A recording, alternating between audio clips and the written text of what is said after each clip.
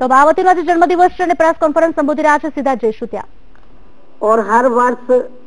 पूरे देश में मेरे जन्मदिन को बीएसपी के लोग पार्टी स्तर पर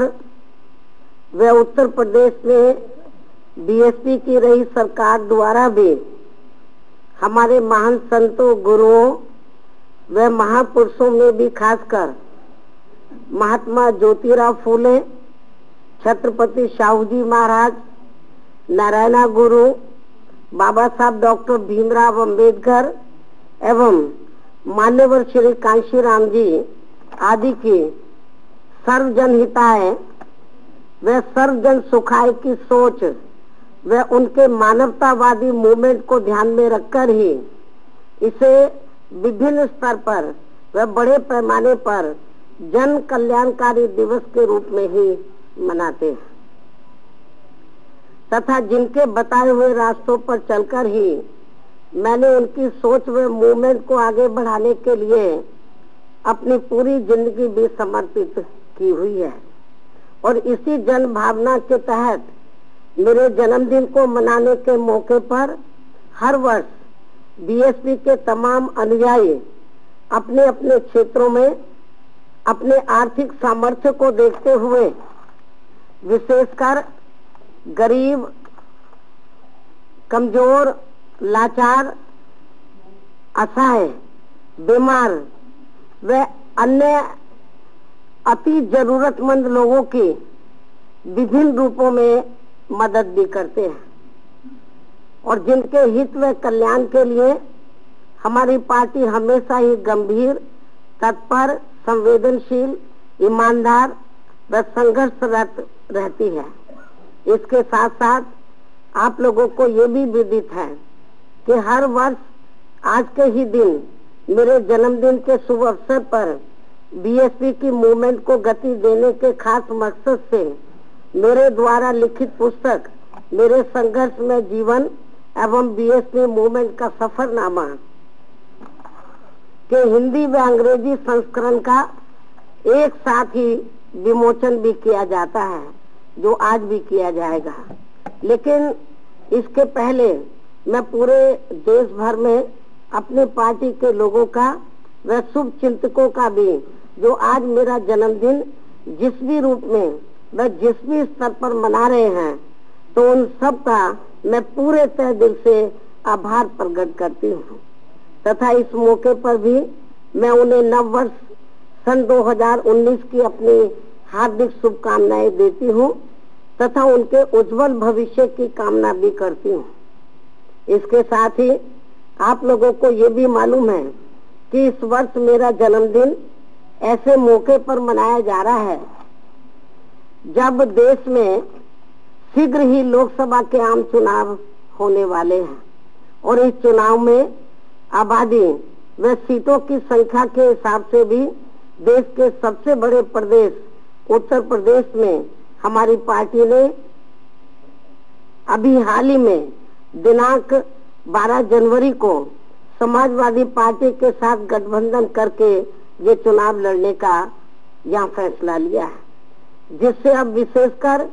बीजेपी व अन्य विरोधी पार्टियों की भी नींद उड़ी हुई है। और वैसे भी अधिकांश यही प्रदेश ये भी तय करता है कि केंद्र में किसकी सरकार बनेगी और कौन देश का प्रधानमंत्री बनेगा, जिसे खास ध्यान में रखकर ही आज में ऐसे महत्वपूर्ण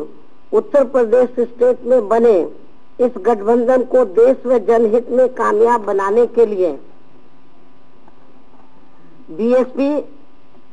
व सपा के भी लोगों से ये पुरजोर अपील करती हूँ कि वे इस चुनाव में अपनी पार्टी एवं देश व आम जनहित में अपने पुराने सभी गिल्ले शिकवे भुला के वे अपने निजी स्वार्थों को भी किनारे करके तथा यह सभी विरोधी पार्टियों के साम दाम दंड भेद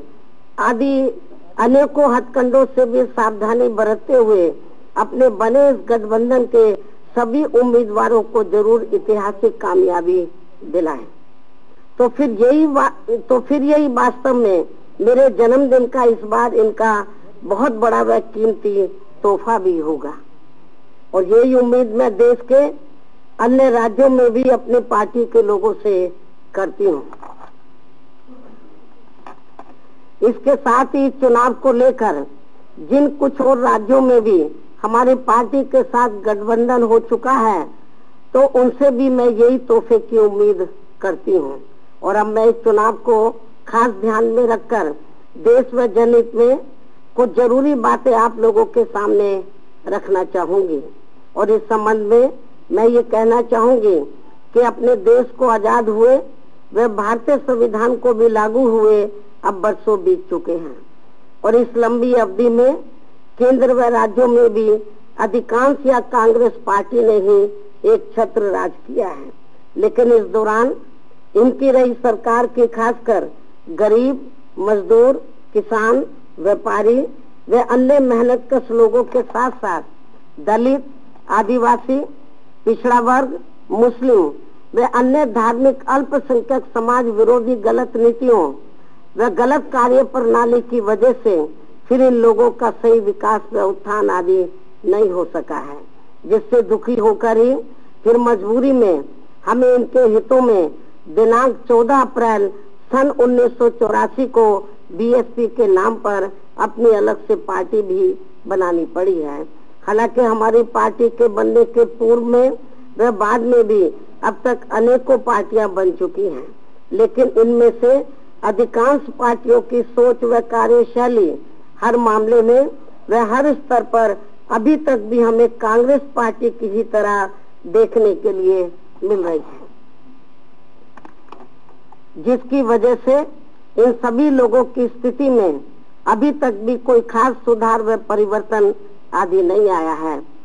और इनमें से किसान लोग तो पूरे देश में यहाँ सबसे ज्यादा दुखी हैं। और इस बात का ताजा उदाहरण ये है कि अभी हाल ही में राजस्थान, मध्य प्रदेश, छत्तीसगढ़, तेलंगाना व मिजोरम में हुए विधानसभा चुनाव के जो परिणाम आए हैं, तो उनमें से खासकर मध्य प्रदेश, राजस्थान व छत्तीसगढ़, इन तीनों राज्यों में वे वहां सत्ताधारी रही बीजेपी को काफी बड़ा सबक सिखाने के साथ साथ साफ तौर पर ये काफी कुछ राजनीतिक संदेश भी देते हैं, जिससे केवल बीजेपी को ही नहीं बल्कि कांग्रेस पार्टी एंड कंपनी के लोगों को भी काफी कुछ सबक सीखने की जरूरत है। और इन्हें भी ये समझ लेना चाहिए कि केवल लोक लुभावन व झूठे वायदों एवं जुमलेबाजी आदि करने तथा गरीब, मजदूर व किसान विरोधी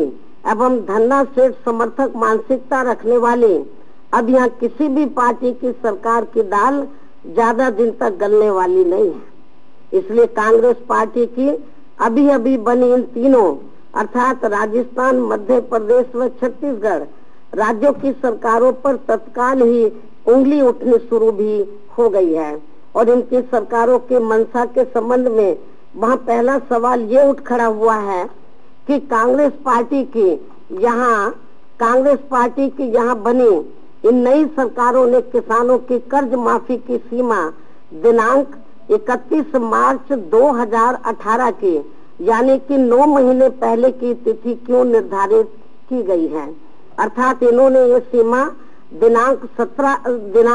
17 दिसंबर सन 2018 की जब इनकी नई सरकार बनी है तब तक की कर्ज माफी की सीमा क्यों नहीं रखी गई है। इसके साथ ही इन्होंने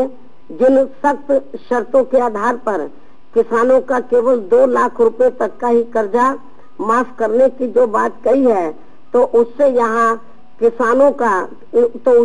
किसानों को इस मामले में कोई खास लाभ मिलने वाला नहीं है। और वैसे भी किसानों के कर्ज को लेकर जमीनी हकीकत ये है कि पूरे देश में छोटे व मझोले तथा बटाई पर खेती करने वाले भूमिहीन किसान जो यहाँ सबसे ज्यादा कर्ज के बोझ में दबे हुए हैं, तो ये लोग कर्जा लेने को लेकर आए दिन नए बने सख्त नियमों व कानूनों से तंग आकर सरकारी व सहकारी बैंकों आदि से कर्जा बहुत कम लेते हैं। बल्कि वास्तव में ये लोग लगभग 70% कर्जा फिर मजबूरी में काफी अधिक ब्याज पर अपने गांव व इलाके के ही बड़े बड़े साहूकारों व धन्ना सेठों से ही लेते हैं, जिनकी कर्ज माफी के लिए केंद्र व किसी भी राज्य के सरकार ने अभी तक भी कोई नीति नहीं बनाई है। जो इस समय ये लोग हमें सबसे ज्यादा परेशान नजर आते हैं, जिनकी भी कर्ज माफी के लिए केंद्र व राज्य सरकारों को कुछ न कुछ ठोस नीति जरूर बनानी चाहिए, वरना इन 70% के करीब किसानों को कभी भी यहाँ अपने कर्जे से मुक्ति मिलने वाली नहीं है। और इतना ही नहीं, बल्कि जो किसान लोग केवल सरकारी व सहकारी बैंकों आदि से ही कर्जा लेते हैं, तो उनके मात्र थोड़े से कर्ज को माफ करने से इनको पूरे तौर से कर्ज से मुक्ति मिलने वाली नहीं है, बल्कि सही मायने में इनके हितों में सरकार को इन्हें एक बार इनकी पूरी कर्ज राशि को ही माफ करने के लिए जरूरी कदम उठाने होंगे, वरना ऐसा न किए जाने पर फिर यहाँ कर्जदार किसानों की मुश्किलें कभी भी खत्म होने वाली नहीं है। और फिर आए दिन पूरे देश में कोई ना कोई किसान यहाँ आत्महत्या जरूर करता रहेगा।